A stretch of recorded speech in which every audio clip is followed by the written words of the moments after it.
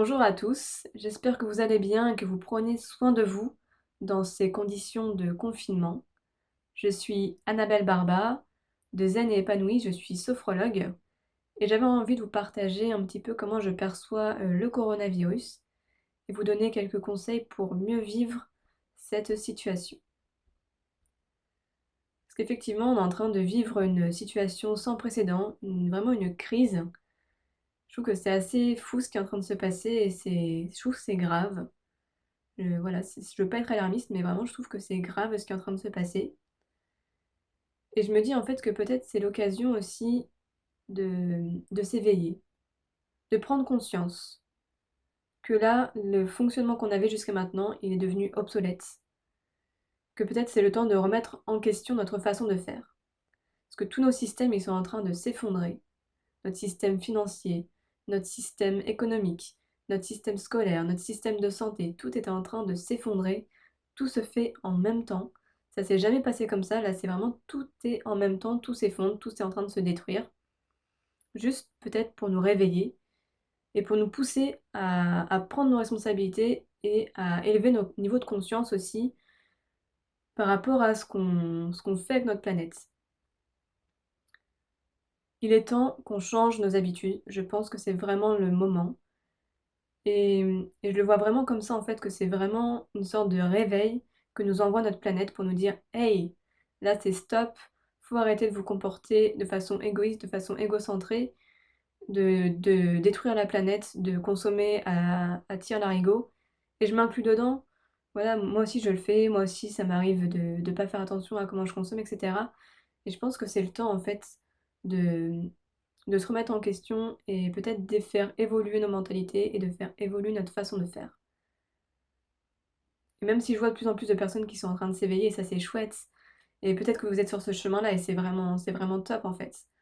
Mais je pense que ce cap-là, on est en train de passer un cap, et je pense que c'est de plus en plus important qu'on éveille les consciences autour de nous aussi, qu'on fasse véhiculer ce message qu'on doit prendre soin de notre planète, qu'on doit prendre soin de nous aussi, parce que pour respecter notre planète, c'est important aussi de se respecter soi.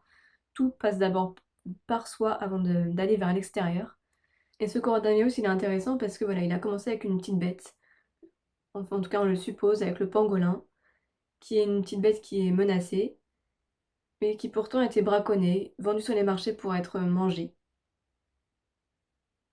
Et ça montre déjà comment on dysfonctionne.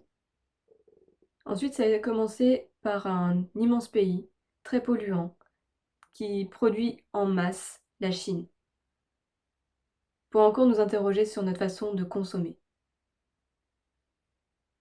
Et ça a d'ailleurs eu un impact sur notre économie parce qu'on est tellement dépendant de la Chine, on importe tellement de choses venant de la Chine que du coup, il y a des entreprises qui ont dû fermer par manque de matières premières. Et ce sont tous nos pays consommateurs, tous nos pays qui polluent la planète qui sont le plus touchés en fait. Les États-Unis, les pays d'Europe, les pays pétroliers, tous ces pays-là sont touchés. Et moi, ça m'interroge. Parce qu'on est complètement endormis depuis plusieurs années. Et là, il est temps qu'on se réveille et qu'on prenne les décisions qui sont nécessaires pour sauver notre planète et surtout pour nous sauver, nous. Parce que notre planète, elle vivra. Elle vivra même si on n'est plus là. Mais nous, par contre, on a besoin. On a besoin de prendre soin de notre planète, de prendre soin de notre environnement pour pouvoir continuer à vivre.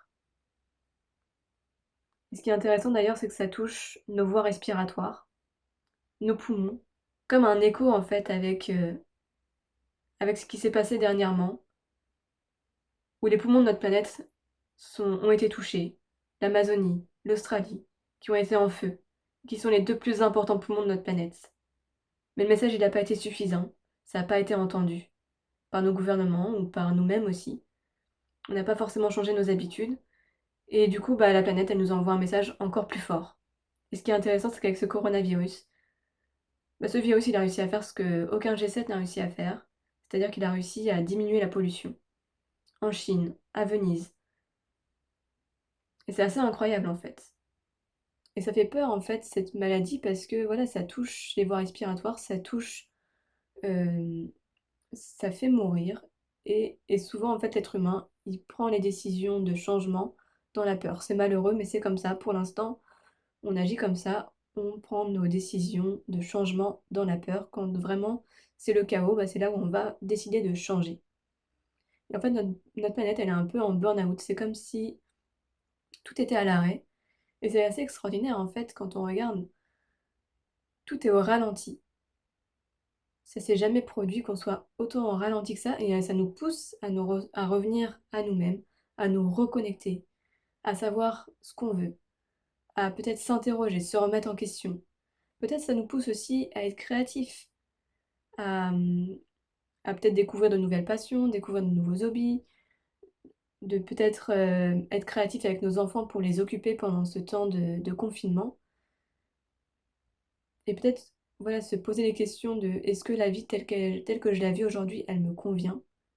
Peut-être que depuis quelque temps, vous pensez à une reconversion professionnelle et que vous n'avez jamais pris le temps de vraiment vous poser sur ce que vous voudriez, bah, c'est peut-être le moment en fait de revenir vers vous, de se reconnecter à soi, de prendre le temps avec nos proches pour peut-être améliorer nos relations, parce que si on ne le fait pas, bah, clairement, 15 jours ensemble sans chercher à améliorer nos relations, bah, ça va juste exploser en fait. Donc voilà, c'est vraiment de revenir à l'essentiel. Je trouve que ce virus, il nous pousse à revenir à l'essentiel et à nous poser les bonnes questions. Parce que si on regarde notre façon de fonctionner, si vous regardez votre mur Facebook par exemple, très souvent, en fait, on est dans la critique, on est dans le jugement des autres, on est dans la peur, on est dans la colère, on est même parfois dans la haine envers les gens. Et en fait, tout ça, c'est du poison pour notre corps, c'est du poison pour les personnes qui nous entourent, c'est du poison pour notre planète. Déjà parce que ça diminue notre système immunitaire et du coup, on est beaucoup moins apte à faire face à la maladie, à combattre le virus. Du coup, on le diffuse autour de nous, etc.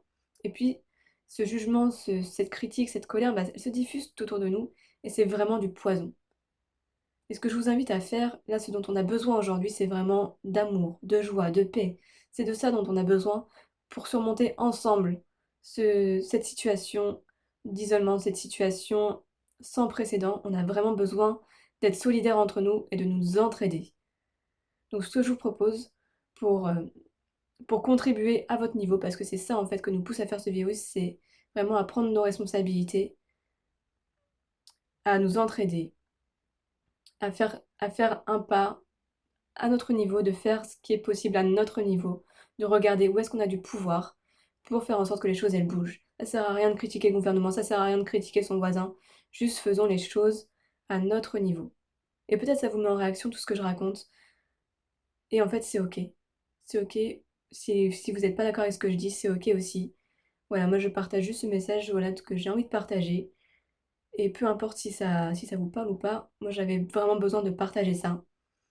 Et donc ceux qui ont envie de partager la joie, l'amour, la paix autour d'eux, je vous invite vraiment sur les réseaux sociaux à partager des choses qui font élever le niveau d'énergie de tout le monde, qui donnent de la joie, qui donnent de l'amour, parce qu'on a besoin de ça aujourd'hui.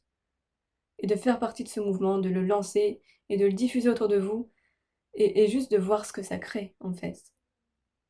Si vous avez des talents musicaux, si vous avez des talents pour faire rire, si juste il y a des choses qui vous inspirent sur les réseaux, pas les partager juste pour faire élever le niveau d'énergie de la population de l'humanité, parce que j'ai foi en l'humanité et je suis persuadée qu'on a les ressources pour se relever de ça, qu'on a les ressources pour faire naître un nouveau monde autour de nous.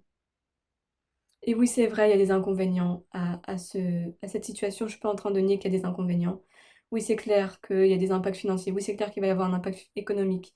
Oui, c'est clair qu'il y a des impacts sur la santé. Oui, c'est clair qu'il y a des impacts sur les familles, etc. Sur les personnes qui sont isolées. C'est clair qu'il y a des impacts. Mais plutôt que de rester concentré là-dessus et de perdre en énergie, concentrons-nous sur là où on a du pouvoir. Concentrons-nous sur ce que nous voulons dans notre vie. Concentrons-nous sur ce que nous voulons pour le monde et soyons le changement que nous voulons voir autour de nous. Et peut-être que vous avez déjà commencé, c'est top, continuez, c'est génial. Je vous souhaite vraiment de prendre soin de vous. Je vous souhaite une très belle journée. Je vous aime. À très bientôt.